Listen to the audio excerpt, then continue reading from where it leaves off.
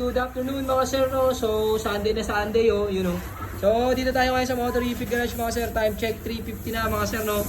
Darasan tayo ng mini driving light package natin dito sa Honda Click version 2 mga sir, no? So, ito yung pagkakamount natin. Okay, ulit-ulit na sa page namin mga sir, no? PM nyo na lang kami sa page kung may katanungan kayo. So, pali left right nga agad. Yan, okay, malayo pa mga sir, no? Sa kabila agad. Okay. Sa baba mo. Yan, oh, grabe, layo pa. Oh, sangang daliri pa yung allowance mga sir, no? So, mini driving light package, meaning may passing light mga sir, no? Ito yung passing light. Tapos, si man ay mag-bili na lang ng, o bibili na lang ng bagong side mirror mga sir, no? So, yung tri-switch niya, hindi may mount. Dahil sa side mirror. Yan, no? Pero ito yung low beam.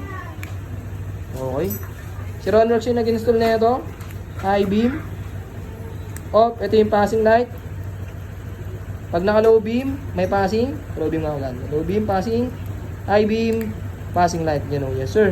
So, pakita ko sa inyo yung function sa harapan. Si Ronworks yung nag-wiring yan mga sir. Oh, yes sir. So, Master Ken, patay ka sa Bicol. Wala yung Bicol mo. Bicol garage mo. Yun. So, low beam nga pre. High beam.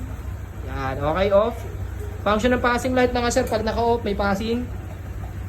Low beam, pag naka-low beam may passing light. Pag naka-high beam, may passing light mga sir. Ayun, grabe, 30 watts yan mga sir, no? So pakita ko sa inyo yung ilaw.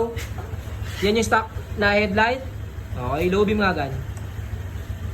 Wow, grabe yan, bura yung stock na headlight mga sir, no? High beam. Yun, okay. Yes sir. Yun, no? Kaya mga sir, no? So sa lahat ng gusto magpa-install, PM nyo na po sa Motor Refill Garage mga sir, no? Yes sir. Grabe yan, no?